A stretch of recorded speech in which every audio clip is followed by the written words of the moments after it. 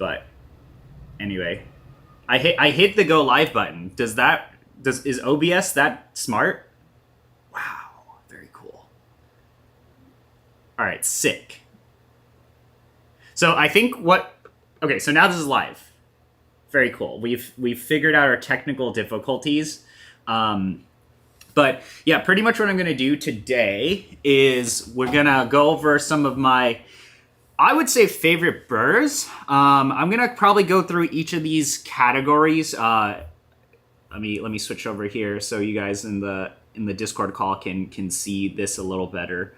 And then I have to do this also on OBS. But what we're going to do today is probably what I think is are my favorites, at least out of these different categories. So we got the tiny conicals to big conicals and the tiny flats to the big flats. So I'm just going to kind of go through here and say what I like. But kind of before that, we'll probably go and we already have the answers for everything. But before that, probably going to go and brew this Ben Paz triple anaerobic Gesha from Proud Mary. So I think that would be a good way to start. And then let's see if we can find it on the website as well. So we're going to brew one of these coffees. All right, it's not on here anymore. It's unobtainium right now. But yeah, I'm just gonna go and brew this, and we will hope for the best. Otherwise, yeah, we got a few people in the Discord call, and then anybody who wants to actually chat, you can chat in the Discord chat if you want to VC. Otherwise, chat in YouTube chat or on Discord chat. I'll try to monitor both. And we'll see.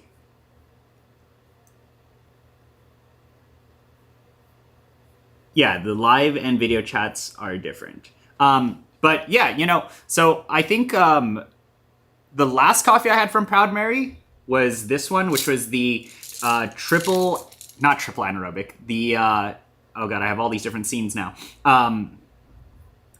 It was this #1 Mexico. COE #1 from Mexico, a Mexican Gesha. I haven't had a Mexican Gesha in a very long time, or at least a really good one. And I was very impressed by this coffee because it was like Panama Gesha, and there's a little bit of that Mexico terroir taste in it, but this is such a sweet coffee, such a floral coffee, and it just is such a mind-blowing coffee. So pick this one up if you can still find it somewhere. But we'll start off and brew the Ben Paz, and then we'll go and look at spreadsheets because that's what we do. So the problem with these PM tins is obviously opening this. You got to get some keys or something, because the top part of here is it's a tiny paint can, but there were some people that I knew who picked this coffee up, and people are opening up a little too early. So we're going to take the fall and see what happens. I'm trying to find things to open this up with. My keys somewhere around here. Actually, I'll be back. I'm gonna get stuff and we'll open it.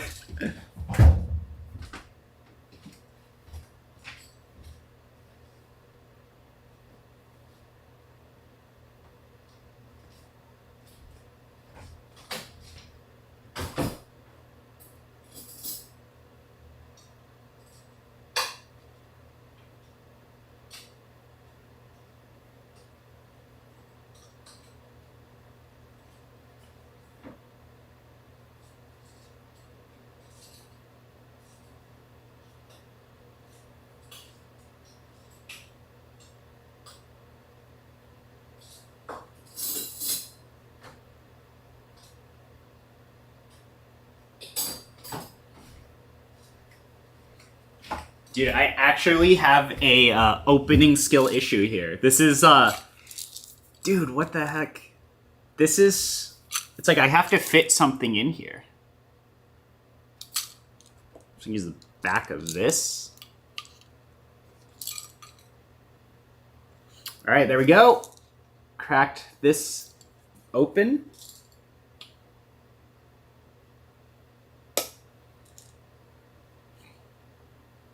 Did I bend this? I have no idea. But there we go. Ben has triple anaerobic. Yeah, you have to use a can opener for these. That's how it is. But yeah, I got this open now. Just like gradually open this up. I don't know what this is. Oh, actually, I do know what this is supposed to taste like. There are flavor notes. Oh wow. Is it baked? I don't know if it's baked. No, it's not. It's probably not baked. So there you go. They're the beans. They're big because it's geisha. Wow. Or relatively big. Those are the flavor notes. So jasmine, apricot, black tea, and lemonade. I actually had this coffee in their cafe a year or so ago, and it was a lot cleaner than I would have expected because it was, I mean, triple anaerobic. So it's a lot of words.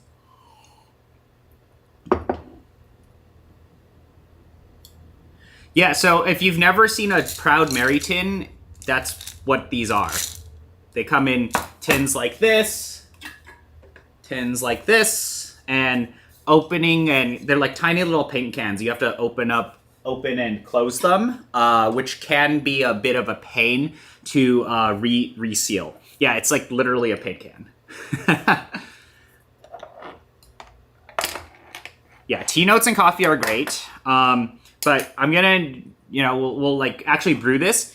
It is a little late, or it's like normal time. So this is also my bigger complaint. I think I showed this on the stream the other day, is if I am pouring the coffee, you kind of, pouring out of here is a little bit troublesome. I did see somebody leave in the comments before on the last stream that I did, where we brewed the Mexico. You have to get a little, wow, actually I'm looking at I'll show you guys something here. You have to get a little scoop to scoop it out, but yeah, the paint can is not, at least the hole here is not flat exactly. So I think it was how I opened and cracked open the can here. But yeah, kind of pouring coffee from here, at least with the Mexico, it like flew everywhere because the beans are so, the opening for this, you gotta be a little careful with how you get the coffee out of here. But we're gonna brew a cup and then we'll go into the glorious spreadsheets, and then I probably will share the link in the Discord for the sheet. So if you want to see that, all of that stuff, go into the Discord for that. Those are our beans. They look good. They look fine. And these are the Mexico. If you're curious, look how big those are. Natural. There's a wash coffee. So we'll kind of see what that is. Are there any advantage to the paint can? I think it's, so we got a question in the Discord. I think the paint cans, honestly, is just because they look cool. A lot of these roasters nowadays, for example, even like a Verve, they're trying to go for smaller packaging. And generally speaking, I think a lot of people who are interested in purchasing these types of coffees, you probably aren't buying it because of the quantity of coffee. And it also distinctively sets it apart from something else. I will link the sheet in the Discord later today, probably. And I am grinding at a 6.5 on the 01. I am also I also just picked up these 01 T90s somewhere here, which I opened. I lose everything that people hand me. But yeah, I got the more of those Cafec mediums. Oh, there they are.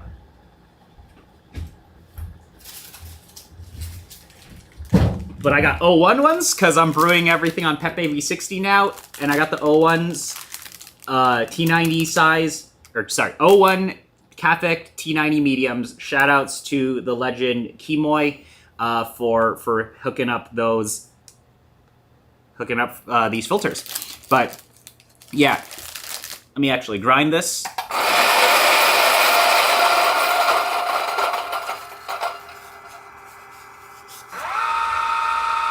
All right, let's see what. Where did you get that doser? This doser is actually 3D printed, and it is from the legend Kimoy, who appears in like every one of my videos. Wow. This is interesting.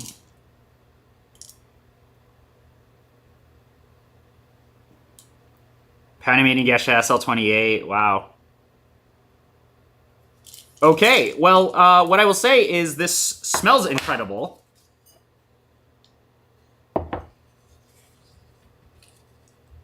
Someone should just use soda. Yeah, we already do that.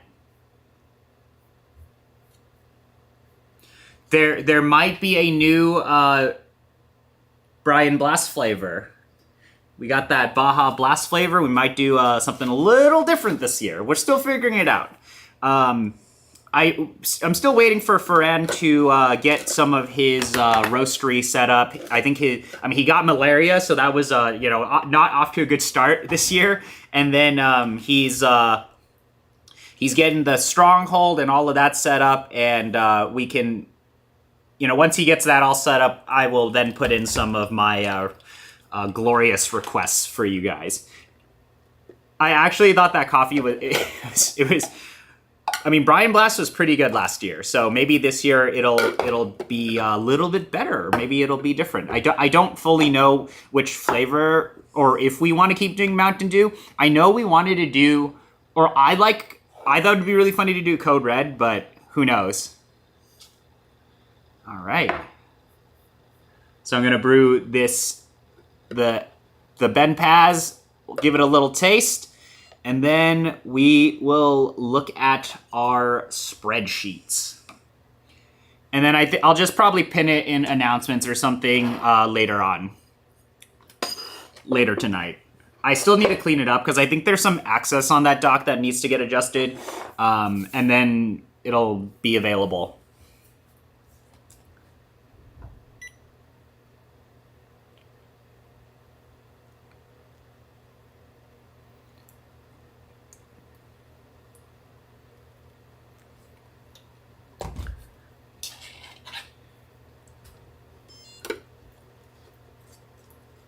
Like if you go to Proud Mary and you go to their cafes, they love brewing high agitation.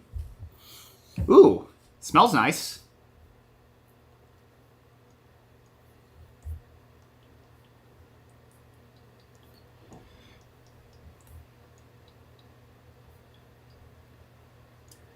So yeah, I think this coffee is probably going to taste really good, but we'll go from there. We'll see. I'm also brewing at 96 Celsius, if anyone was wondering. And I'm also brewing sitting down, so that's also kind of a challenge.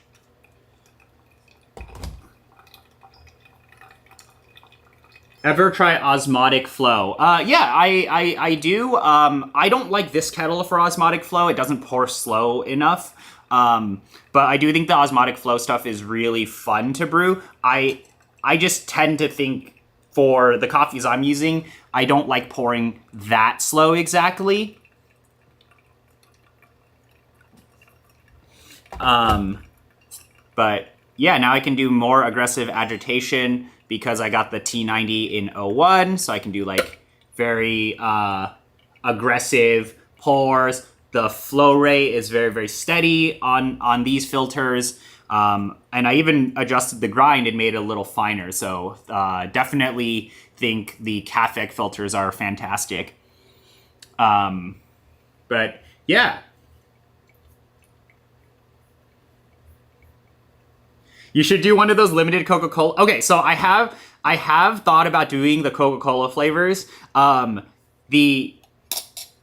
either I was gonna try finding the Halo Mountain Dew flavor, which was fantastic.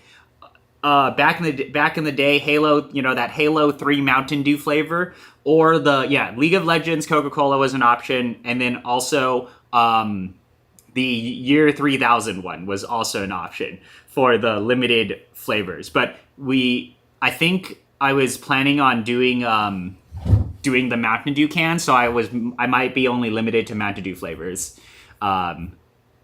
if you were curious.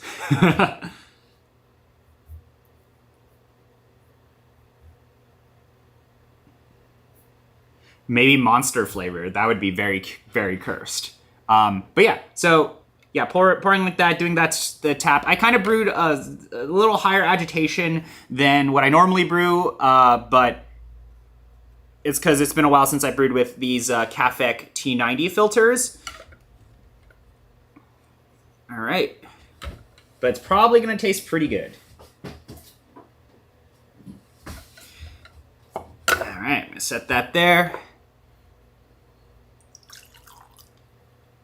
And now we can go look at some spreadsheets while I sip on the coffee. And I can also move my laptop here. I guess we don't even need the top camera anymore.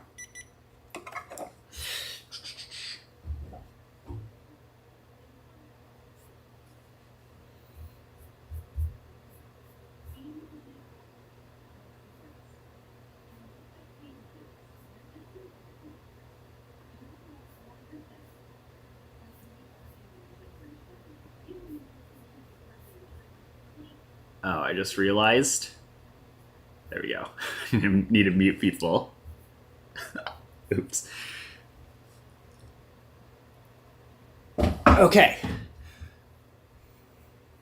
So let me taste this real quick, and then I will figure out things. With this spreadsheet here.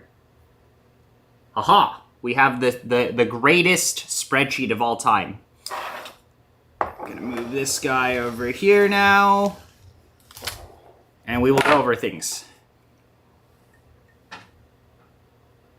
Really, the big bold, that's kind of cursed. I mean, that's not cursed. That's really, really funny.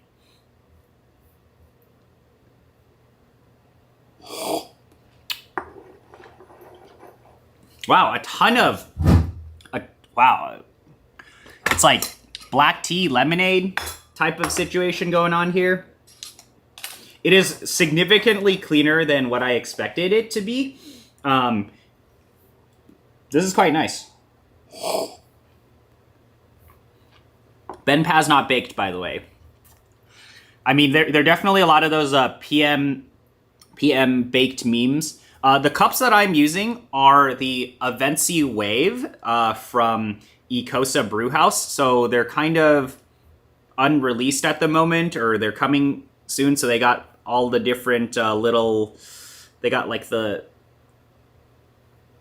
whole entire these like fins essentially, and they let you swirl the coffee. Well, I'm using it on camera. Swirl the coffee, and you can aerate it. So every single time I'm swirling, I'm actually aerating the coffee. So it's kind of like pre-aeration versus sipping out of a cupping spoon or sipping out of a neat whiskey glass, where you're getting that aeration as you sip. You can straight up get bubbles. I have to cover my face here. You can get bubbles in there as you swirl. Like I'm swirling and I'm getting some of those bubbles in here. So these are the cups that I'm using, and they've been pretty fun.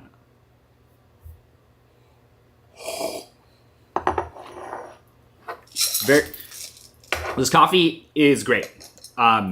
It's actually a lot more acidity forward than I would have expected it to be. But yeah, it's a great coffee, and PM Roasting is back in business, in my opinion, at least tasting these two coffees. So everybody who was making fun of it for like baked stuff, I think they're back. But anyway, all right, let's look at this. So what I was planning on doing today is basically just going over what in each of these respective categories, what I felt like was the strongest, or what I felt like was the nicest. I think burr sets is complicated. The way I was going to approach this was I was going to say, let's just look at each of these burr sets, or in these categories, which ones I liked. And the reason why is because in these categories, at least when you start getting to the flats, you can find the same burr sets in a million different grinders. So, and I feel like with some of these grinders, nowadays at least, assuming your alignment and assuming all of those things are within reason, then your experience, at least from a pure performance, flavor, does it taste good perspective, should be quite similar. So it shouldn't be drastically different. For example, like a perfectly aligned DF64 versus a perfectly aligned P64 versus a perfectly aligned Z1. I feel like your experience would be similar, at least from a flavor perspective, if you were using the exact same burrs. And the only way you would actually be able to figure that out if they were different is if you had all of those things next to each other and you decided to do that comparison, which I don't believe many people are going to do anyway. So talking about burr sets, I think, makes sense in that way, where it's like, I like this burr set because it does X, Y, and Z things. Talking about the grinder and what to fit that in is a different story. But because so many of these grinders can fit those burrs in them anyway, I think I think it's fine to talk about things in that capacity. But if there's a better way to rank things or a better way to explain things, then let me know, and feel free to ask any sort of questions you have in the chat. And I think I'm going to look at the stream chat on my phone. 2024 is the Baja Bursary. Yes, this year was also one of the first years you could go and buy canned or regular Baja Blast. So anyway, the way I was going to do this is, I guess we can start off and look at these. The problem with these is like all of these are very adjacent to each other. But I'm going to start highlighting things that I think are stronger in these areas, and then we'll go from there. So the first one that I actually quite like are the obsidians. The obsidians, in my mind, are the most standard tiny conical flavor presentation, where you're getting that heptagonal, decent juice, decent acidity presentation, but overall within some sort of bigger body.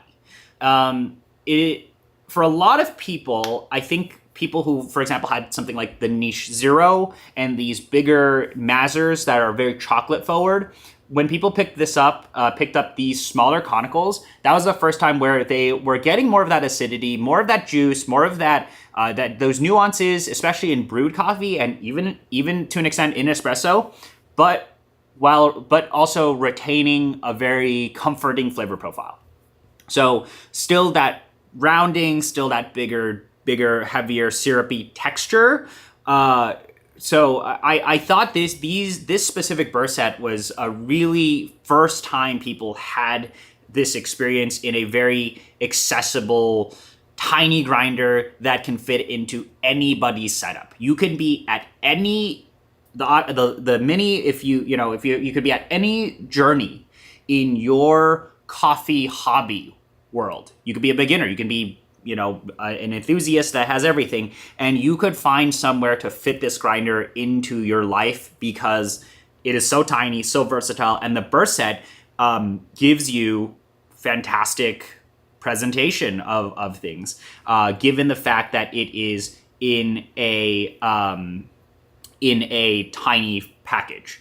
So for me, I think this geometry has been really amazing. So I'm actually just going to highlight this for now.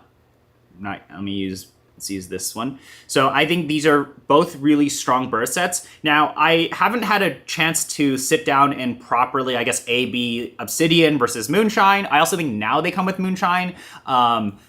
It is very confusing to me. I think they fixed a lot of things on the Mini, but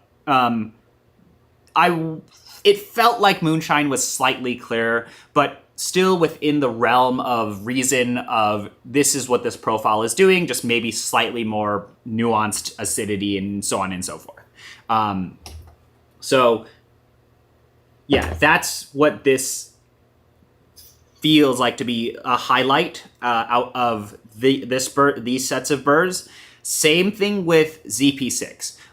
The reason why I like ZP6 so much is because ZP6 to me fixed a lot of the problems of many of these hand grinders in this size in terms of burr sets. I feel like one way you can basically taste a burr when it quote unquote falls apart, or when things become really, really rough, or when your flow rate is too fast on espresso, all these different things where I think contact time is kind of important, or I guess like extraction efficiency is this like a very deep discussion on that. But you can practically try these things and see.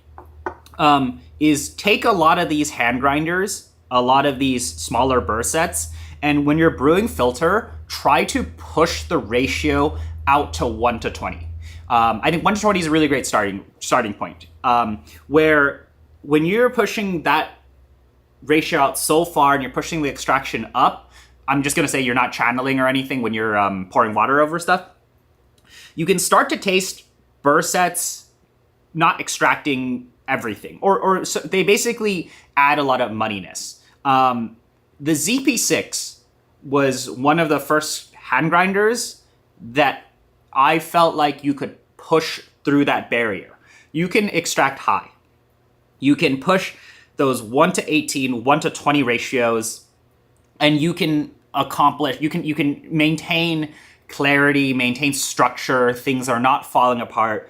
And the ZP6 burr set just was kind of that first experience that I had on a hand grinder that allowed me to push coffees out to that ratio and push coffees hard and use these lighter roast coffees.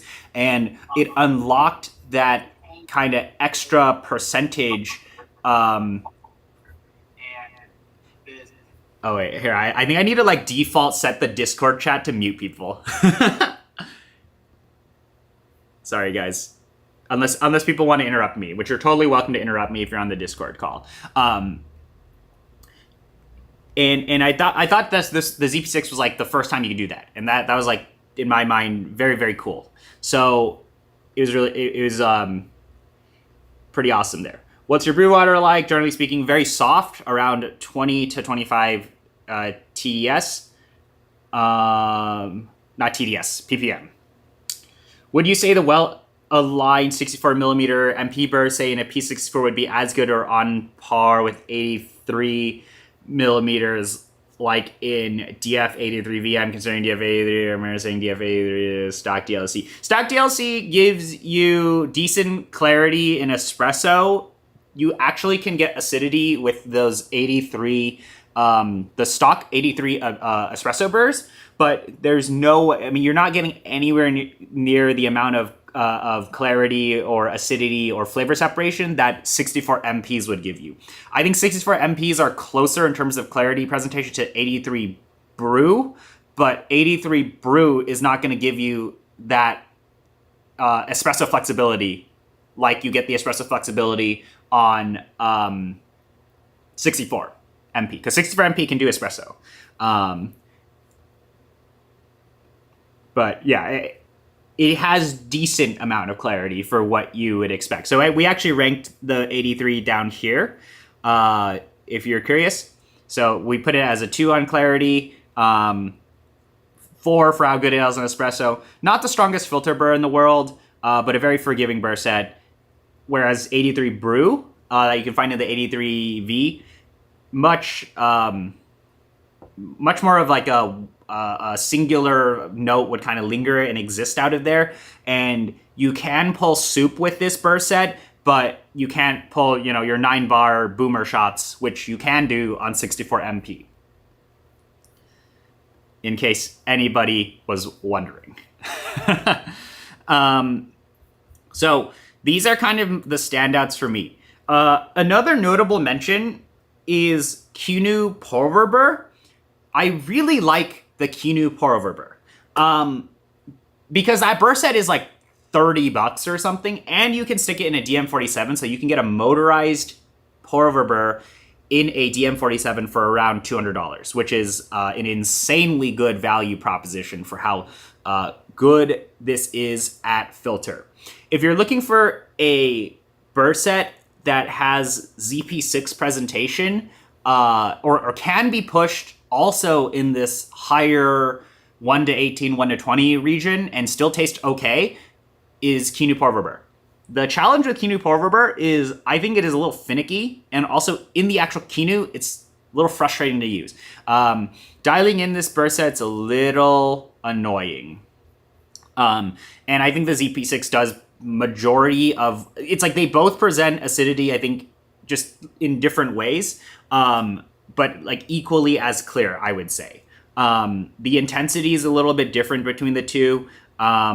I also, but like given the fact that ZP6 exists, it's kind of hard to justify, or like, I think the Kinu is just not as a friendly grinder to use versus a ZP6. Like if I were to pick, if I had both of them side by side and I wanted, higher clarity hand grinder brews, I'd probably pick ZP6 because my life with the ZP6 would be better. The pour-over burr, unless you put that in the DM47, obviously it's a motorized grinder, so that works really well. But in an actual Kinu, you are spinning for years and years and years.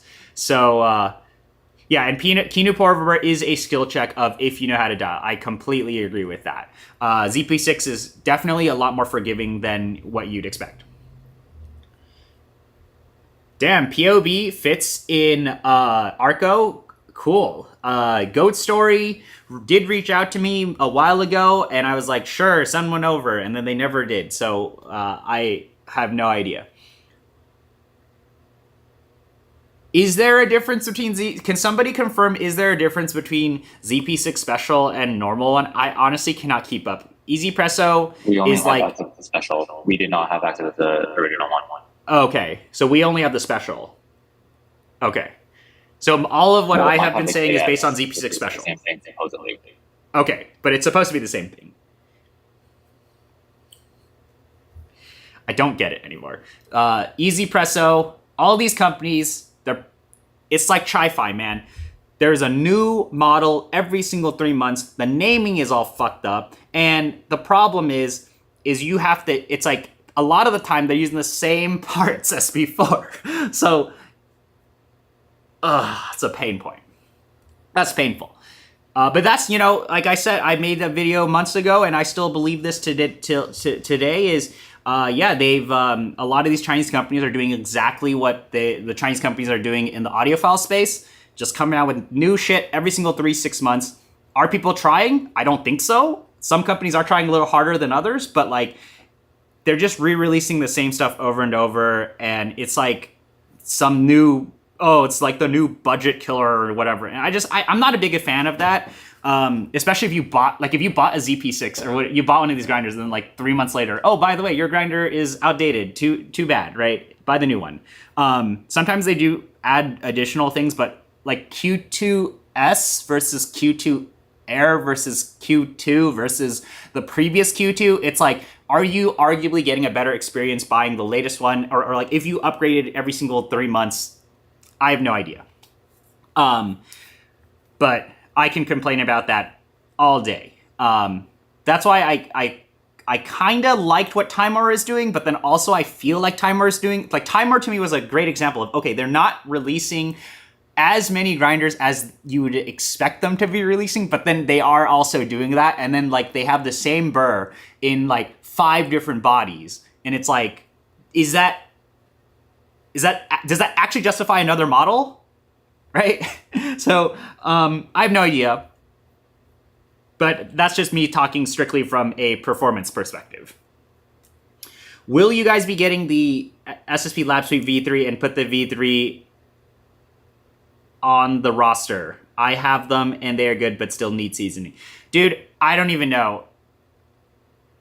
I guess he did come out with the V3. I was going to say, I didn't even realize he came out with V3, but I guess he came out with V3. Because we had V1, we had V2, and I don't think V3 are that interesting to any of us, so I don't think we're going to pick it up. I'm not planning on picking it up, at least. So, anyway. It's probably marginally better than V2. It's like, I do not know if that justifies like another 200 something, however much those burr sets cost. Heard of the term legato? Yes, I have one on the floor here. We did a live stream with it and the DF83V around a month ago during New Year's. It's pretty fun. So I think these are the highlights of this area in terms of tiny burr sets. Going into these, I think this is actually properly separated out into forgiveness numbers are hidden behind the overlays. Yeah, I'll link this in the Discord later for you guys to see, so you guys can take a look at closer. You know, I should clean these up, but I have all the other stuff here. But yeah, I'll link it in the Discord later for you guys to take a look at.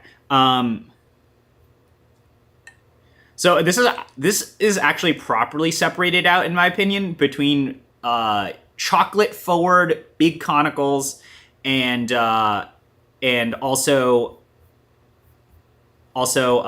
very, I would say, clarity or filter, maybe not filter focused big conicals, but big conicals that can give you acidity, can give you the juice, can give you things that aren't only chocolate. If I were to highlight things, I have to highlight this burr set. I think the 63 Mazers, I don't know what the numbers are because also the numbers with Mazers are very complicated. Same thing like SSP. There's like 121, 151, 163, 170. I have no idea. The burr set, yeah, it's hella confusing. I think 63 Mazers in the niche need to be called out. They're a burr set I dislike. I don't like these burrs, but I have to honorably mention it because I think this is like chocolate world. This was like, oh my god, we can present potentially cafe quality coffee. I guess if you were going to cafes that had conies and robbers, but in a home package. And this makes if you're into chocolate stuff, this would be the chocolate pick. I don't like these burrs, personally. I think they're pretty trash for filter. And they make most of your coffee taste like chocolate. But if you're into that, it's completely fine. In terms of other two highlights that I think are very strong, well, actually, if I'm talking about burrs that I like, then I probably should just take this off. I don't like this burr set. Red means you like it? No, yeah, red means I like it. It's like a highlight. I was going to basically take the burrs that I highlighted and then go over them. Because I think these are the burrs that I like, at least, out of the standout ones in each of these categories. 71 sugar cones. I think 71 sugar cones are fantastic. They are everything that it's like you can get that really big syrupy texture. You can get that big clarity. They're incredibly forgiving. Give you that super rounded presentation, or I would say silky presentation as shurikens. And they're in a conical, which is super interesting. The only challenges with this burr set is if you want to push extremely fast flows and extremely large ratios, then they're not as strong. But for most people pulling less than 1 to 3.5 espresso, they are amazing. I mean, that's why, this is why you buy a monolith, is for a very unique flavor profile. This was also what I felt like was very interesting with the 83 MX Cool burrs. The 83 MX Cool, like, you'll get some clarity in there. You can get acidity presentation. It's not extremely syrupy or silky as 71 Shuricones, but they're actually really strong in filter brewing. For example, people would take the 83 Mazer conical, which I think are not the best burrs in the world. And, if you ran them at super low RPM, you slow fed your key, you hope it didn't stall, you could get a very, very clear filter. That's exactly what you can do with the MX Cools without slow feeding. You can just grind the coffee and it's going to work. And it's not going to stall. But yeah. 68 Master Pharaoh says 5 out of 5 across the board. Yeah, let's not talk about that. It was a great burr set. Great burr set, by the way. Okay, so those are kind of like the highlights, I would say, out of conicals. Obviously, I haven't tried that many conicals compared to flats, and that's just because most of the conicals require you to buy an entire grinder to try things. So we've tried a lot of these. And I think these are the ones that stand out decently. Oh yeah, and then if you go into the stream chat on the Discord server and you go into you can look at ZP6 Special versus the KS. Make the niche brown. Okay, true. Let's make it brown because it's a chocolate machine. That looks terrible. Okay, there we go. Chocolate. Going over these, let me go through 54s and we'll go from there. Any thoughts on the Dating 120 flats? Have not tried them. Although I have seen them in like that KR, one of the KR grinders. And let's see.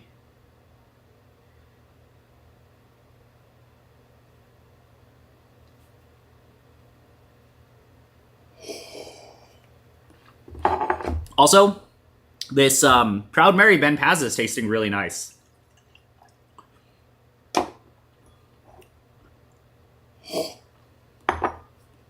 So,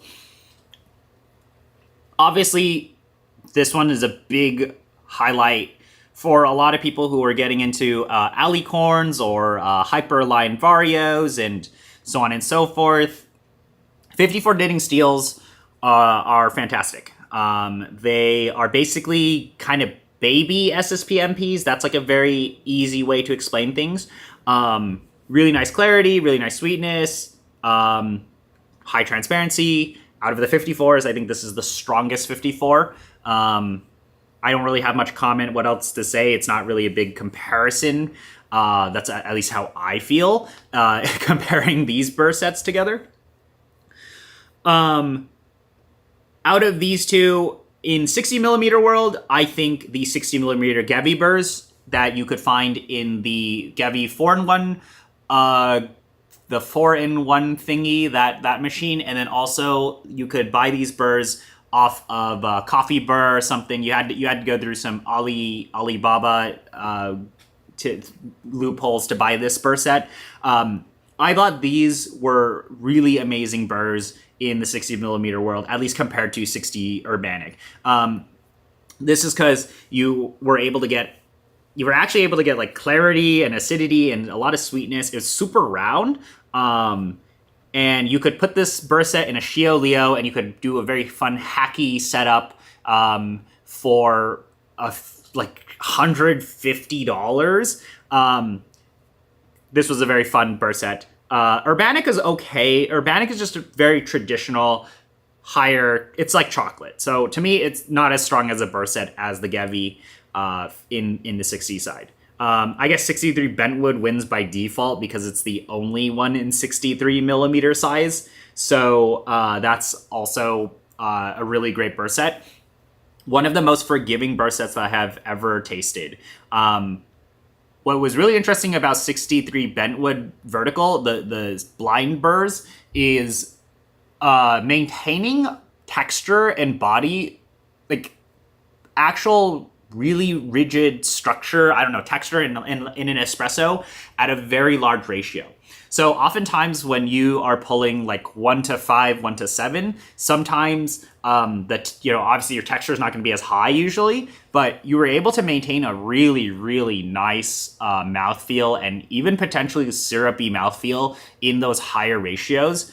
This is like one of the most forgiving burr sets you can buy. You can do anything through this. You can do dark roast, you can do light roast, you can do fast flowing shots, slow flowing shots. You can do so much stuff with a bentwood, and it's all gonna taste fantastic. The only challenge with this burr set, obviously, is that it goes in a bentwood. So if you don't want to deal with Thomas the Tank Engine on your counter, then you might want to consider something else. But if you do like very approachable, round, big texture, big sweetness, not searingly high acidity and clarity, but in a very super taste enjoyability focused burr set, 63 bentwood are amazing.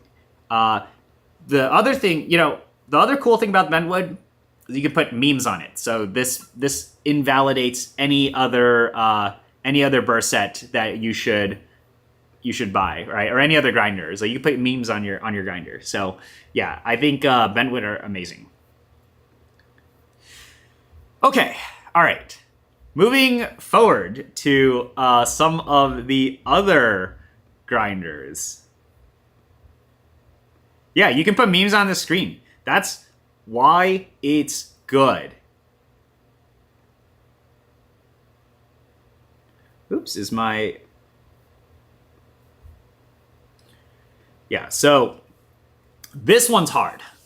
Oh, man. Okay, 64s. So I think most people, out of just anybody with flats, most people probably have a 64 because 64 mil flats have gone from your hacky Mazzer Super Jollies to now something like an Ode. So they've gotten much more accessible in terms of what grinders you can put these in, and there are a million 64 millimeter burrs on the market today.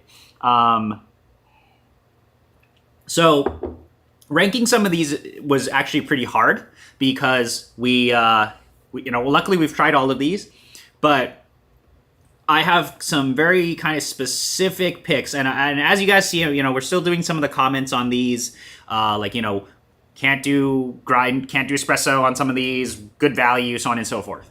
I think the burrs that I want to highlight in here, at least that are my favorite.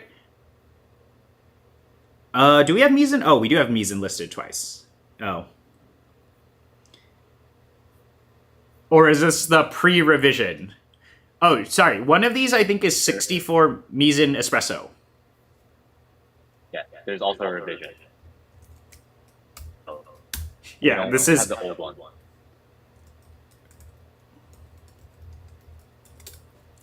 So this is also the complications with 64.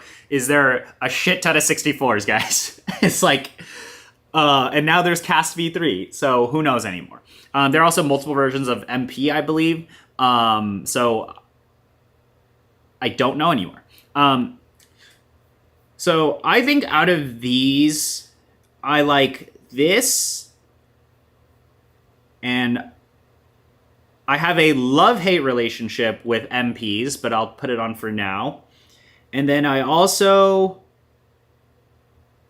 I'm excited for 064, but we obviously haven't tried it yet. So I'm going to start off and talk about Ode Gen 2. Why I like Ode Gen 2, why I think it's interesting. The very first thing about Ode Gen 2 is price. I think price is very insanely good for what this gives you. This is giving you 95% as good, maybe 100% depending on how good you are at tasting coffee and brewing coffee, to something like your Cast, something like your Misen, and it's $70-$80 for this burr set. This is a very forgiving burr set, especially if you're only going to do filter. Now you can do espresso with this burr set in certain grinders, but if I were to just say what is a amazing all-rounder filter burr for every single brew style in Filter World, any single roast level. Gen 2 have my vote. You are getting, in our case, right, we listed basically 3 out of 5s on everything. You're getting good enough across the board. You're getting really, for me, I get a lot of really nice sweetness, a lot of really nice rounding, really good texture, body. You can push the burrs in a direction that give you a lot of acidity, but it's within a nice, I want to say, kind of veiled rounding that is generally finishes sweet. So these are maximum enjoyability. They're cheap as hell. They fit in almost every grinder. There's no weird compatibility issues too. And they're fantastic. And I really don't have anything negative to say. Like, everything negative about this burr set that you can talk about, you just look at the price. You're like, oh, right, it's under $100. And all your complaints, I think for how expensive these burrs are, it just is a no-brainer to buy this burr set if you have any grinder that can fit them. At least to just try the burrs, the flavor profile out. Right. Exactly what Braxton said. There's just like nothing. I can't complain about them, right? I mean, like, maybe I want higher clarity at times, but also for how expensive they are, I don't care, right? It's like such a good price in comparison to all the other burr sets. Now, I have MPs listed on here because MPs, I have a love-hate relationship with MPs.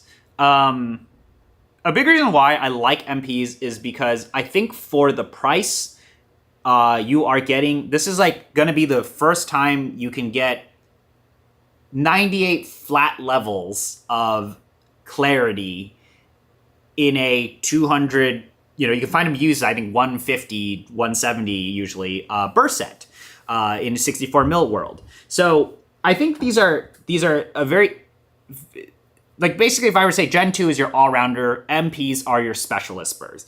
64 Brew is also a very specialist burr, but I pick MP over Brew because MPs have the ability to do, I think, better espresso. They are also much more accessible in terms of you can pick them up used. You don't need to kind of hunt for brews. And also, Brew V1 is kind of boring. It is a little too sterile for me. But anyway, if I go back and talk about 64 MPs, I look at 64 MPs in the context of all these different burr sets, and I'm like, this is that glass cannon, high acidity, high clarity burr set. It is very finicky, and I think this is quite good for a lot of people in the sense that if you learn how to dial in coffee on MPs, you probably could dial in a lot of different burr sets, a lot of different coffees, because MPs will expose you. They will, if you suck at brewing coffee, these will literally say you suck at brewing coffee. If you use bad water, well, you're gonna taste that, and that's what makes MPs kind of interesting in that it is a major skill-related burr set, but it's not the worst in the world when it comes to that. In the context of what else exists in 64s, this is a I think these are still the highest clarity that you can get without sacrificing on a lot of the other characteristics. As in, there is still really nice sweetness in here. There's still a burr profile to this that is distinctively sharp SSP, high acidity flavor presentation, but it is not so sterile that it is boring. And that's where I think 64 MPs are a little more interesting than 64 Brew. Whereas 64 Brew, I would rank them quite similar. I mean, we ranked them quite similar. It's just a lot worse to use. It's just like they're both bad in the sense of they're both unforgiving. You're gonna get exposed, but MPs are less of that, and they're just easier to buy. They exist more, and I would pick them over that. So, you know, if you had any 64 mil grinder, I actually think these two burrs are, if you have both styles, if you're looking for a very strong all-rounder burr set for filter, and you're looking for that glass cannon, high acidity, high clarity burr set, I think MPs and Gen 2 would be a really great choice to pair together. And regardless, Gen 2 are just cheap as hell, so you should pick them up anyway. All right. I'm going to catch up on the chat now.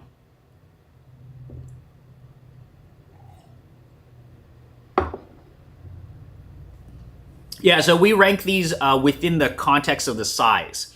So our numbers are scaled to relative to burr size, right? So a 5 in a hand grinder on something is not going to be equal to a 5 on a 98 flat. I need to reevaluate some of these numbers then, Brian. Yeah. Well, some of these numbers we definitely need to reevaluate, and then we can save that for another stream. But we're this is what I'm doing based on my feel and what I remember and what I like is like, what I think stands out here, right? And my preferences are very different than a lot of other people's preferences, for example. So, yeah, we'll see. Yeah, there are a lot of Mizens. Do blind burrs make a difference in any of these categories? Probably haven't tried them. So these are, again, the rankings and scoring of these burrs are only for things that we have tasted. I'm not listing burrs that we haven't tasted for obvious reasons. That's why we have things on here that says like, yeah, we're going to try this soon. Or it's like, oh, I had one brew of this, right? And it's like, I actually have had one brew off of the 078, but I don't know if it's any good, or we haven't opened it up yet. Does bigger burr tend to be better? It depends. That's also the problem. Oh, and then I'm gonna catch him on stream chat. Hey, Robert. Okay, Robert can answer that in the Discord stream chat. Yeah, and then anybody who's tuning in, we got the Discord. It's mainly for the streams. Obviously, you post your memes and shit posts in the Discord, but like, I just have a Discord for fun. I don't know what's gonna happen. Oh my god, why do we have so many people in here? Why over 100 people already?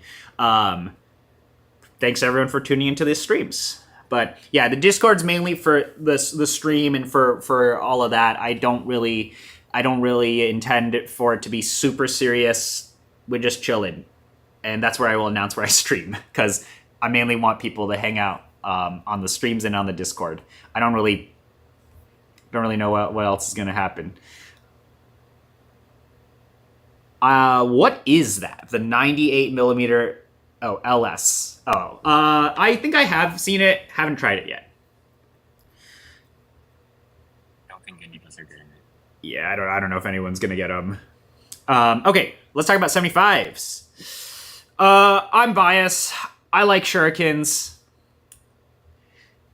I'll save talking about 75 as we get down to 98, because you probably can take every single thing that I say about 98 shuriken LM and just say this has a little bit less body, a little bit less intensity, and all my same opinions would apply for 75. 77 OE Apex. Okay, fine. We'll talk about this for memes. 77, or technically 77 and 71 because they're ghost. It's like goofy. This is like a lab suite hand grinder. It is your 80 mil cast Ditting lab suite, to be specific, but in a hand grinder. You are getting that insanely rounded, big body. You can push acidity out of them. It's that big ghost burr flavor profile. And I actually think this is a fantastic burr set. The only problem is it's in an Apex. So, I know people were complaining to me, and when I did that video, they're like, you didn't bolt the grinder to the table. This is an unfair review. It's like, dude, I'm not bolting a grinder to my table. I just, like, that is... I don't know how... It's like, am I being unreasonable there for thinking that?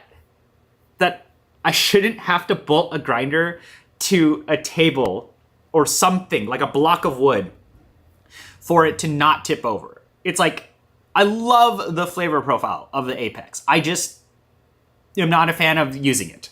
And I don't think that's an unreasonable thing to say. Or it's like not, it's also, yeah, I don't know.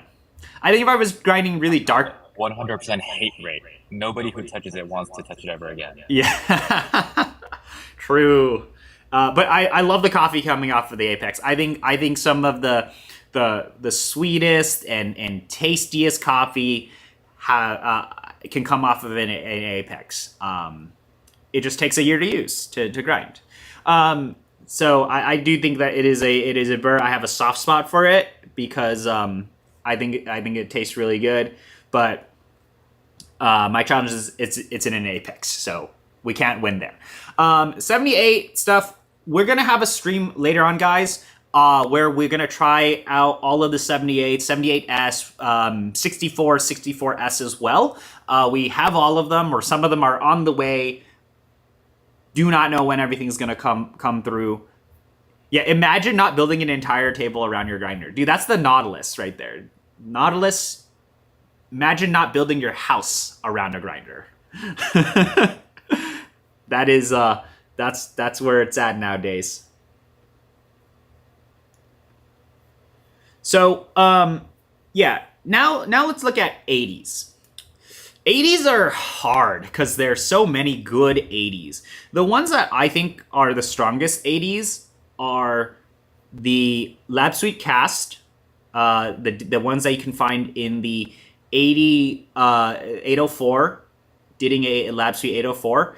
And I also think the ULF in the EG1 are fantastic. So in 80 mil world, if you could pick two burrs, I'd pick these two burrs. Don't know if people will agree with me on that one, but let me talk a little bit more about this. So I think 80 Lab Suite Cast 804s, fantastic burr set. It's like you take the clarity of SSP MPs and mix it together with the body and chocolating, not exactly chocolate, but bigger texture that you can get out of many traditional burr sets. For example, like your Niche Zero. So it was kind of like all the best properties of good conicals and good flats in one burr set. So super just rounded body. You can get the juice. You can get the acidity out of it. Super sweet burr set. It's just like you had to put them in an 804. So if you didn't want an 804 on your counter, right, the thing is huge. And all of that. Is this you, Robert? You're going to edit these Lab Suite blind? Yeah, this is the SSP one. It is not similar to the Ditting one, unfortunately, weirdly. Yeah, a little different, but I think the cast are great. These are a really amazing burr set. Oh my god. Posted the video of me grinding on the Apex. Glorious. Yeah, Lab Suite Blind, they are by SSP. So kind of, it's been a while, but I do think the Lab Suite, like SSP's Lab Suite roundness is slightly different to Ditting's roundness, at least in flavor presentation. For some reason, I just still feel like a lot of those SSPs are a little harsh. It's like, yes, they're round, yes, they're sweet, but sometimes like you can get that classic SSP sharpness or harshness through them, whereas with Ditting and MK burrs, it doesn't feel that way. But I haven't tried some of those recently. Braxton says, find a grindmaster for cheap. It's got huge ghost burrs. Yeah, I mean, Braxton is the resident ghost burr fan. He was also the guy who hooked us up with those 151s. So we tried the 83 151s. Shout out to Braxton. But yeah, right now I think my favorite ghost burrs are the Apex ones. But I guess we'll pick up a grindmaster one day. I'm getting a Zerno to get the 98 ghost. Oh yeah, I also have the 98 Ghost, but we haven't the screws on that. It's like we have to figure out how to fit the 98 Ghost and stuff. Yeah. So John's like, oh, I'm getting a Zerno Whimpers out on CV2 when I heard about CV3. Since the more millers are one juicier throw, MPs seem to clean it. The MPs are pretty clean. They are thinner body than something like any of the Caspers.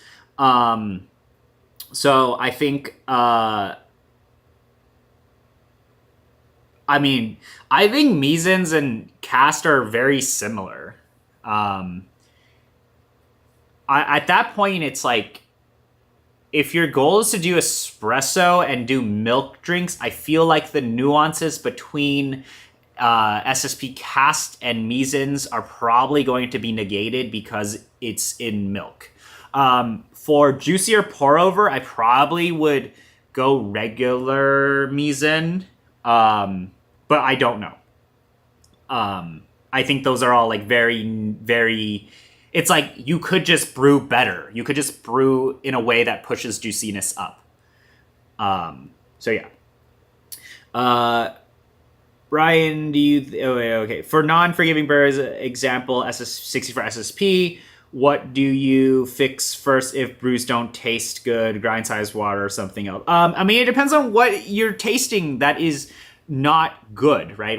Are you tasting stuff that is not good in the finish? Are you tasting stuff that's not good because it's not been extracted? Are you tasting weird roughness on your tongue that's lingering? Or it could be the water, it could be the coffee, it could be the temperature you brew at, it could be the grind, right? There's like a million things. So, I think like as you taste worse and worse coffee, or what I'm trying to say is like as you taste poorly brewed coffee, it will help you diagnose things more. When I taste poorly brewed coffee, or like if I'm brewing something like, oh, I messed up or something, usually what I'm tasting is I'm looking at the very beginning and at the end. If I'm tasting things at the beginning, like say I'm not getting as much acidity, it means I didn't brew it correctly, or my brew is like weirdly channeled or whatever.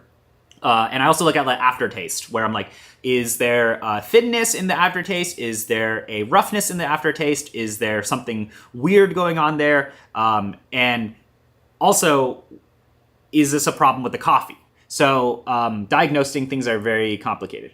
Yo, what's up, Adil? Thank you for coming by here and chilling with the chat. Yeah, Webster X. Check out Webster X on Instagram. We're just making things. Okay, so yeah, I think 80 LS are fantastic, specifically the Cast. Now, I also think 80 ULF are really, really good.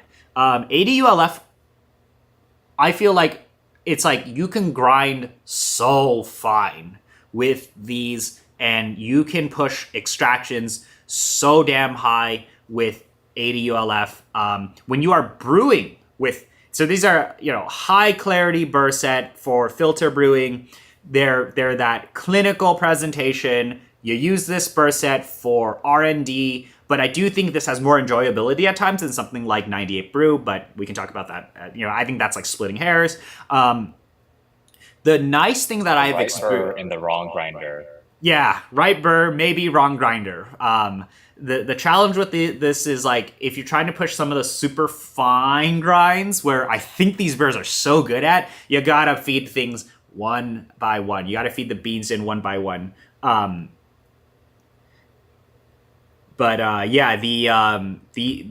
like these a lot also because the brewing experience. I actually think I want to make like a little category later on, which is like, what is the brewing experience with these? I guess that's also what forgiveness and sweet spot is, but these are some of the easiest to brew with burrs because you can grind so fine, and your filters aren't going to stall like crazy. There aren't that many fines. These are actually UL ultra low fines. So the brewing experience is great because it's like, wow, I have so much control over how fine I can grind the coffee, and your upper limit of how fine you can grind without running into a problem even in the cup. Of course, it depends on coffee. Is way up there. The challenge, of course, is also very clinical. So I think it is a very enjoyable burr set to brew with, and I think the reason why I enjoy this is because it is that very clinical, high clarity presentation of acidity, of whatever flavor notes exist in your coffee, and you can have high clarity and make it enjoyable to brew with. The other nice thing that I like about this burr set, and same thing can be said about 98 brews, is that I don't have to brew in a very meticulous way or a very specific way, and even use very specific waters like I have to do with 64 MPs. So this is where, I think as you go up the burr sizes, you can accomplish similar performance, but with less effort. And I think this is this is where people do go, and you got to drop that big cash if you want some of these things. And to some people, it might be worth it, right? It's like if I can get peak SSP MP, 64 SSP MP, if I can get the peak performance of this burr set, as in I spent all the effort in the world doing these brews, but I don't need to put in any of that same amount of effort and get that same amount of clarity, same amount of performance. That's where like the 80 and 98, with way less effort, that's where the 80 and 98 stuff really shines, is like you can accomplish the same performance, but with way less effort. And it's a way more forgiving experience. And also, so the way I would frame it is like, you drop that amount of cash to elevate the average cup quality. I would rather have, would you rather have 8 out of 10 brews always be good versus 1 or 2 out of 10 brews be peak performance or peak good, right? And that's why I think, once you start chasing the higher end burr sets, the higher end grinders, your average quality does seem to increase, at least in my experience. Even with some of those more unforgiving and high transparency burr sets. And to me, that's increased my enjoyability of things, right? And it's like, what is your fun? What is your enjoyability? What is your, what is that worth, right? And is that worth a dollar amount? That's something that you should consider. So these are the 2 stand-up burrs for me on 80. 83, I like this one the most. The 83 filter brew burr in the DF83 behind me that you guys can kind of see over there. I like this burr set a lot. Standalone? It's still standalone. It's still in there. Or do we know if you can buy them? I don't know if you can buy them alone. Buy 83V. In the 83V. 83V. So I like this burr set a lot because at least the price of the burr set seems to be also in that $70 world. So it really reminds me of kind of a very polar opposite to something like Gen 2 in terms of what are you getting for under $100? You're getting a burr set that is very filter focused, has really good transparency and clarity of a flavor note. And what's interesting on this is whatever acidity that you get has this very distinctive linger, like a high peak that then just kind of goes all the way through the cup. And I think this burr set is really strong in terms of presenting one acidity or one note and have that presented like the main flavor note of a coffee and just have it be structured and linger throughout the entire cup. I think it's not the strongest at communicating slight nuances and those super slight complexities that you can get out of higher clarity burr sets like the 80 ULF or 98 Brew, for example. But it gives you 85 to 90% of the way there. It's just not as interesting as some of those 80 or 98, the higher filter focused burr sets, but also it is not as transparent and it does feel more forgiving than those 2 other burr sets at times. So even if you are messing up your brew or you are doing something weird, you are still able to have a very enjoyable cup. It's just much more of like a one-trick pony cup at times, which is like, yes, wow, I get high acidity and high clarity. But a lot of the other dynamics in the cup are not as interesting. And I think that's just because we're in that lower priced tiered burr set.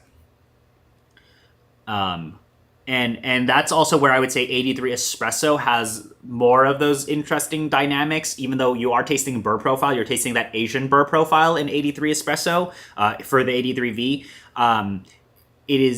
There's more stuff going on except for just like, you know, one flavor note presented to you. I have the Shuriken LMs. How do the SWs compare? I don't know. I haven't tried SWs yet. One day I will try SWs. We haven't tried 83 DLC yet either. And unfortunately, Braxton, we ranked your 151s very, very high. Yeah.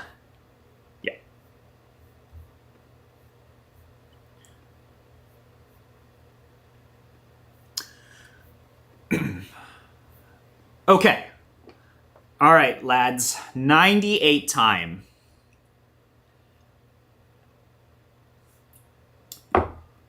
This Ben Paz is still tasting pretty good. 98 time. Are we ready for this? New line items. There's so many of them, man. Oh, you're adding in all the coatings? Yeah, we can do the silver one.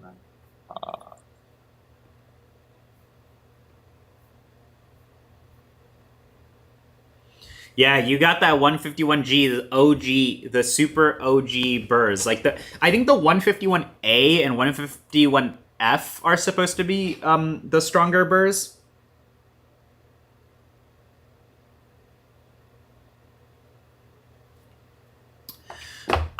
But okay, let's see. How do I pick my favorites? I already have my favorites.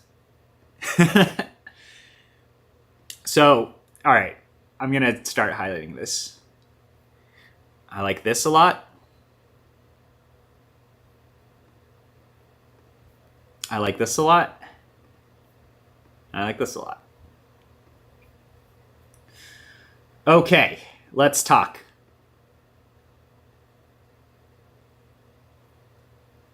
Well, okay, let's see. Let me catch up on chat. I do cupping for every new bag of coffee. See what the coffee tastes like. Yep, that'd be a great way. Have we tried 80 LS and EG1? Yeah, that's what these are. You don't like them, right? You don't like these.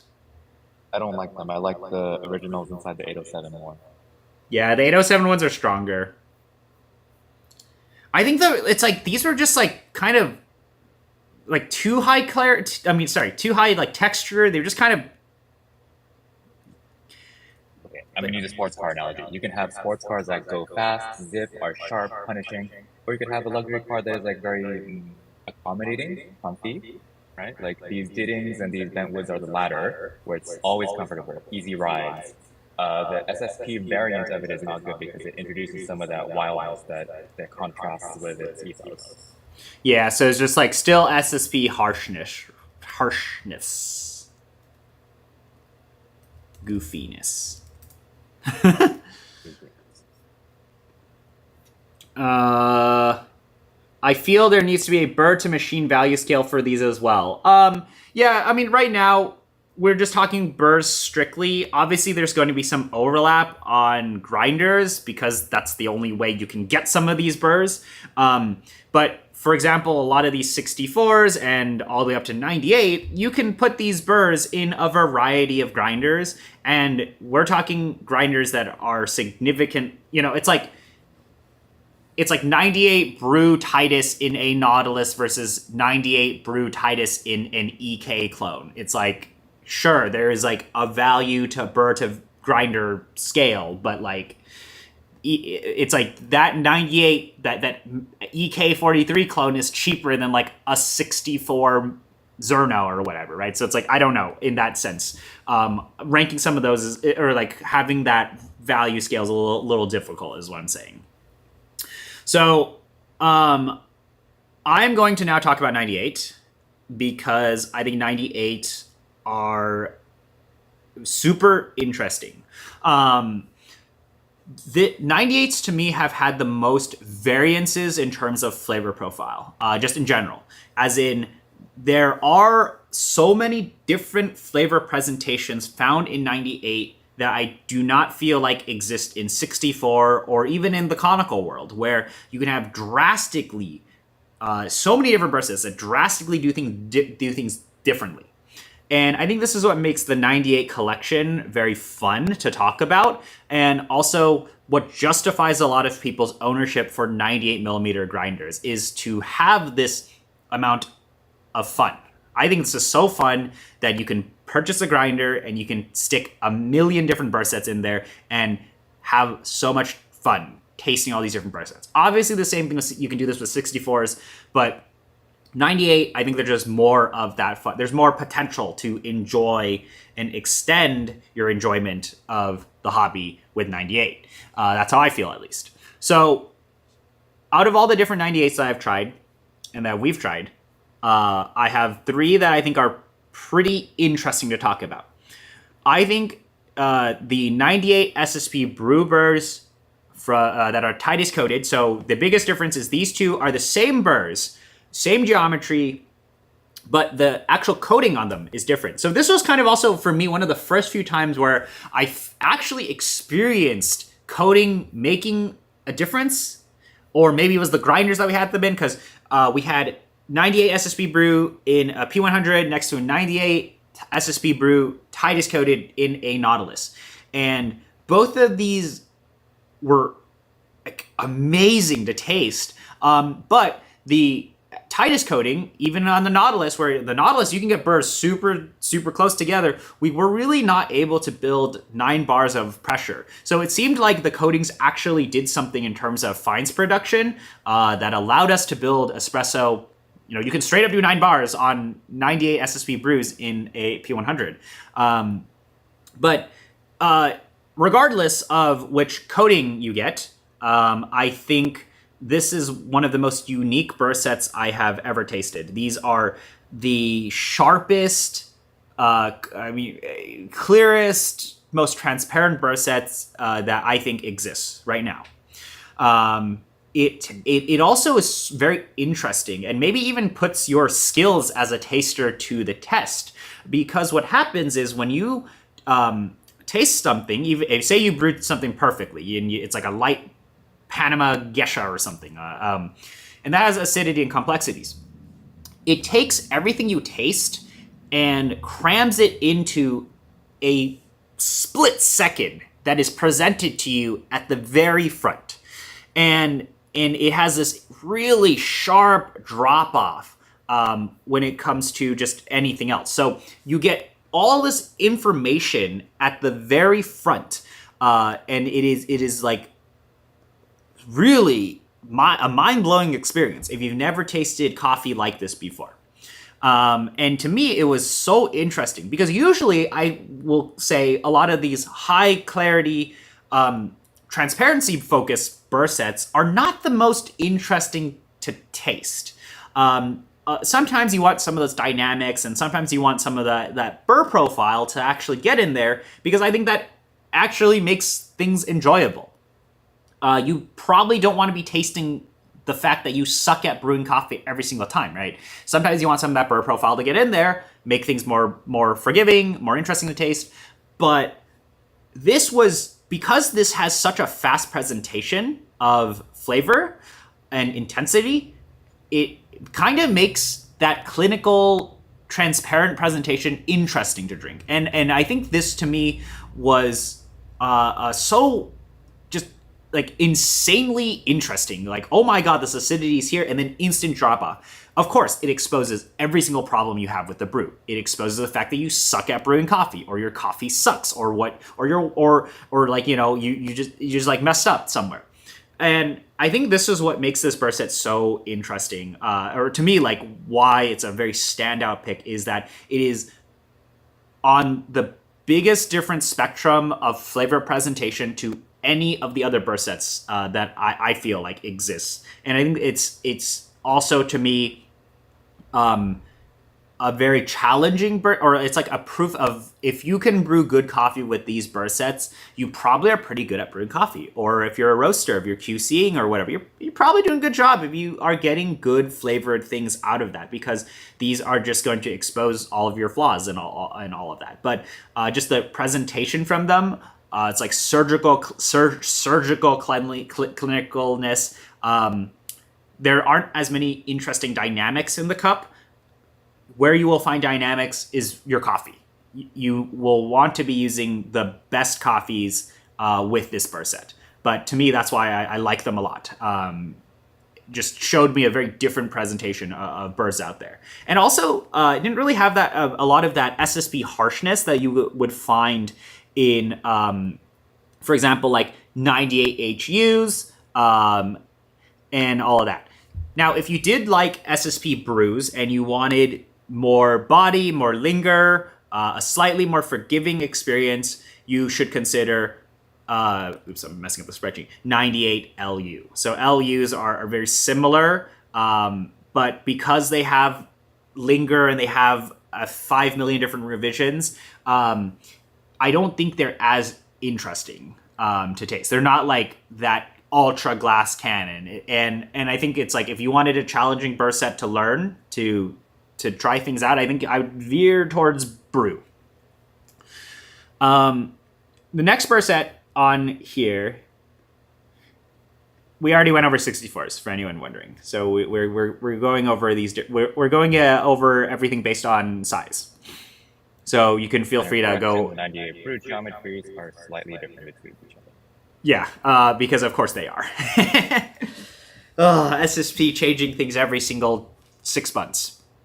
Also, you have to reach out directly to Unsung SSP or Frank from Titus if you want these. Yeah. So these ones are kind of, you got to hit people up to buy them. I don't really feel like these float around as well as much on the used market. LUs I feel like float around a lot. HUs float around a lot. Brews, not as much. Maybe it's because people like the burrs so much that they keep them. It's because HUs and LUs have been stock burrs before. Yep. So, all right. Our last two 98s. 98 SPP. Explain yourself. Explain myself. Okay. 98 SPP. I'm going to tell you guys all about this. I'm going to share the link in the Discord. You can go check it out in the Discord. I have to like change some of the permissions on it, so that's why I haven't shared it publicly, but it will be on the Discord.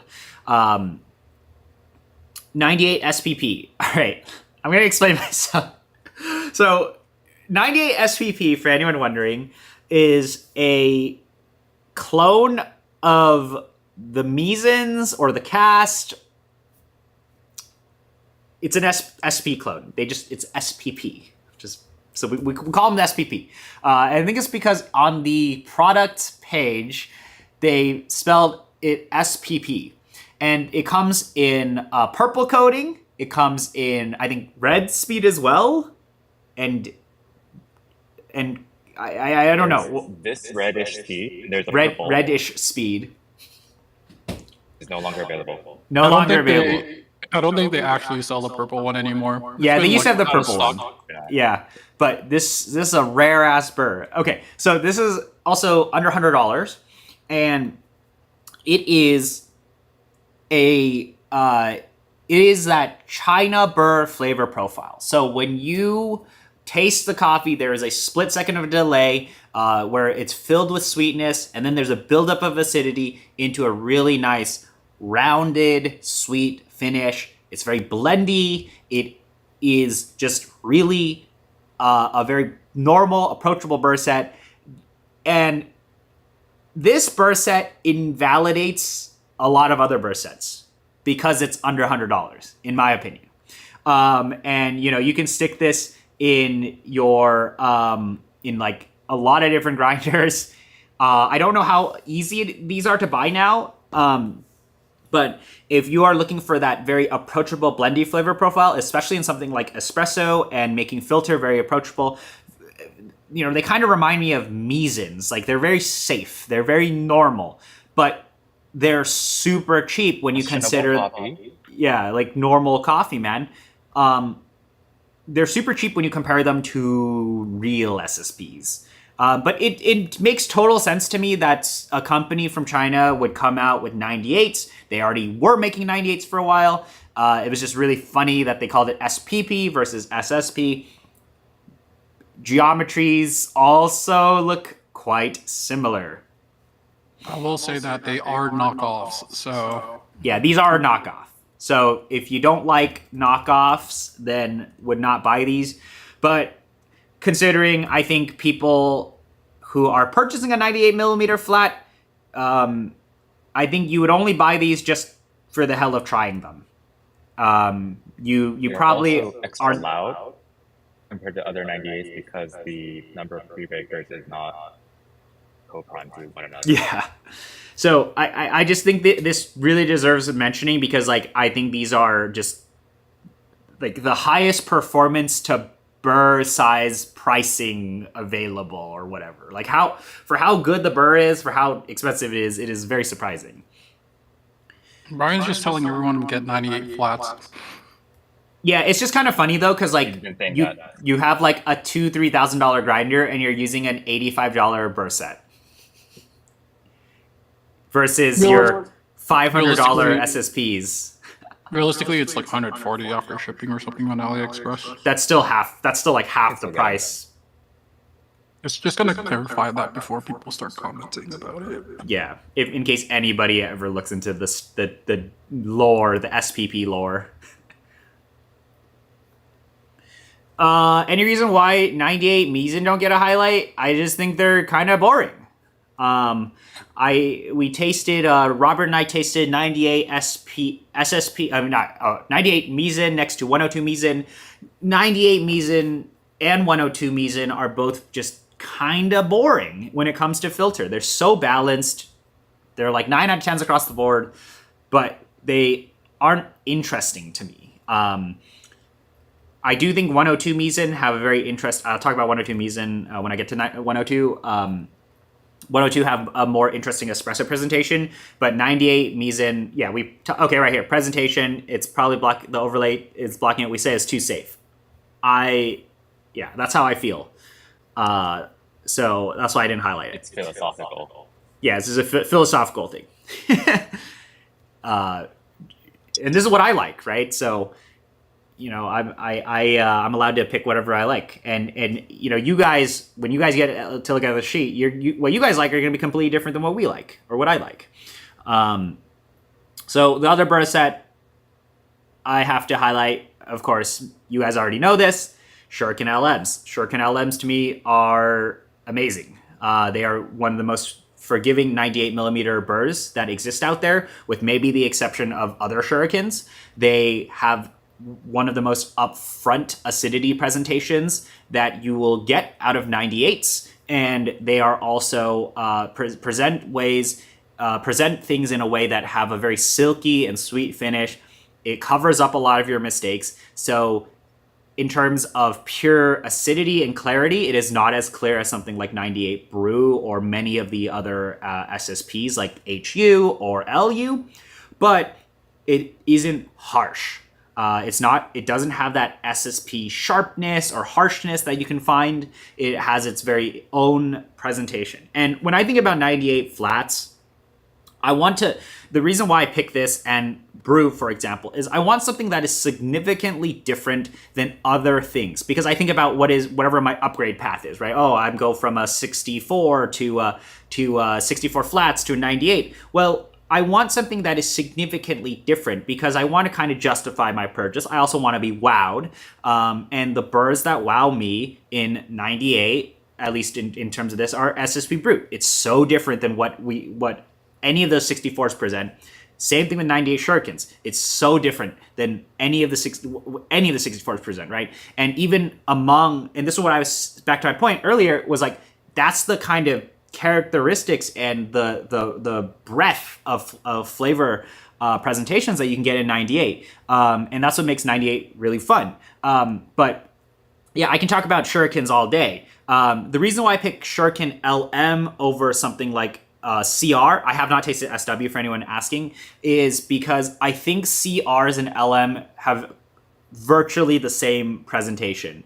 I will say CR is slightly clearer than LM. However, the fact that LM being able to do espresso and CRs not being able to do espresso is a big deciding factor. So I just think LM, you get so many great properties of CR with the added flexibility of espresso. To me, that is worth it 100% of the time. I also think you can do some very interesting things with LM, which is pull harder to pull light roast coffees in a very low ratio. You can pull 1-to-1 light roast, which is unheard of with any of the SSPs. So that's what I'm a big fan of it. You can go from the K-Max to the LM. That's a great, that's a rocket ship upgrade, man. K-Max is a great grinder, but LM is going to give you probably a very different flavor presentation than what you're used to. And I think that is why you should, if you're going to buy one of these grinders, you're going to pony up and spend the money, you want it to be different. And the reason why I also like LM so much is because it is one of the most forgiving burst sets that are around. If I'm spending $3,000 on a grinder, every single thing that I do better be tasting pretty damn good. I don't want to, this is also why I kind of think, for example, you buy a 98 SSP brew. Does this necessarily elevate the average quality of your cup across the board? Maybe not if you suck at brewing. But with a lot of these other SSPs like LU, Misen, SPP, LM, your average cup quality should go up if you are upgrading. So that's just how I feel, at least. 102, I'll talk about 102. I guess I have by default these win because I haven't tried any of these, or there are no other 102s, and I only have tasted one 120. 102 Misen. So 102 Misen here. I've now used it for an extensive period of time. I really like it. In filter, it is hella safe. It's boring. It's so good to the point that it's boring. It's just there's no interesting thing that's happening in the cup like LM or brew in the 98 world. It's just equal levels of balance, of acidity, of body, of sweetness. It's all there. So it's great. It's just a little safe. And it's so, and I think to me, that's just a little, it's just I'm not being wowed by that. I'm not really wowed by that, I guess.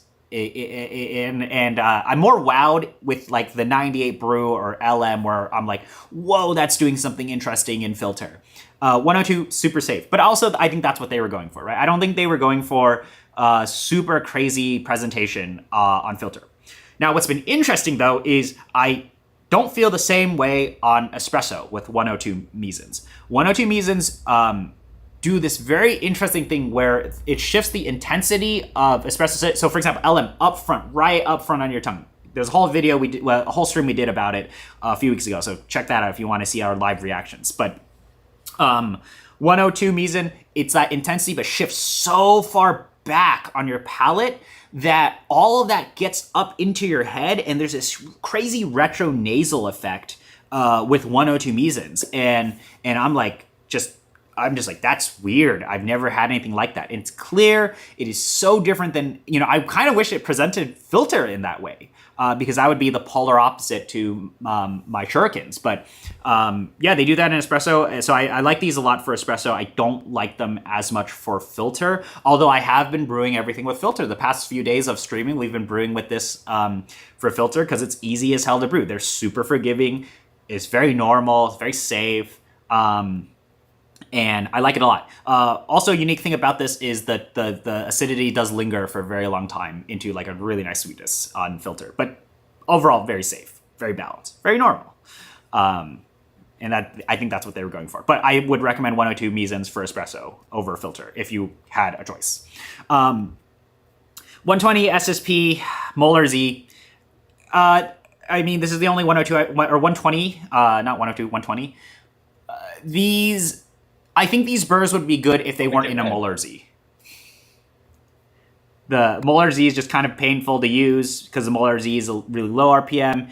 I thought this was a little stronger for espresso, but it basically tasted like 98 HUs, which was that very sharp, classic SSP crispiness or sharpness of the HUs. Wasn't the biggest fan of it in the world. So I don't really have much like things to explain about. But as you guys can kind of see, right, like the burrs that I've been talking about, these are the ones that I can extensively talk more about, or I'm more excited about them. And these are the highlights that I have out of at least this one. So I'm going to probably wrap up soon because we've been on for a bit. But I'm going to link this into the Discord. And I'll just pin it somewhere so you guys can take a look. But over time, you know, I'm going to keep cleaning it up, and we're going to add more notes and all of that. We have a lot more things to go over. This was our first grinder tier list. This was so funny. People got so mad at this. It was great. It's like, let's get mad about this existing. I just it's like, let's get mad about this. But then let's also not get mad about these. It's like, guys, take a look at what's on the tier list. Yeah, you know, for any of those like closer questions, check out the Discord. We'll chat more on the Discord. If you had 102 Mizan, King Midas, if you had 102 Mizan, where do you think a burr partner to go with? Let's see. Yeah, Ty and Rocky, obviously. I think it depends on for espresso. I mean, actually, like the best pairing is exactly what I've been doing is LM. I think LM, super different presentations, but equally as good. And maybe you should consider. Okay, if you're getting a P64, I don't know, get MPs. MPs will give you that sharpness that that the 102s aren't going to give you. You get that classic SSP sharpness. But yeah, okay, so I'm gonna clean this sheet up a little. I'll ping everyone on the Discord when we link it up here. And then, you know, feel free to talk more about it. I think obviously I gotta clean up this thing. I gotta clean up the dollar amounts, and then we'll go from there. But yeah. Otherwise, yeah, I'm probably gonna wrap up now. Been on for a bit. For closer questions and anything like that, go and check out the Discord. Ask me questions in there. I just joined, but did we talk about DLC brew and espresso burrs? No, we didn't, because I don't. Or we talked about the 83 ones. But anyway, okay, all right. I'm just gonna wrap up. You guys got any more questions? Ask me in the Discord, and we'll go from there. But yeah, all right, guys, see you around. Brian, bye. Bye. Thanks everyone for hanging out in the Discord chat as well. That was pretty awesome. I think people were honestly more triggered about their DF64s being low tiered. Yeah, well, you know, DF64 Gen 1's a little rough. All right, I'm gonna end the stream here. Oh my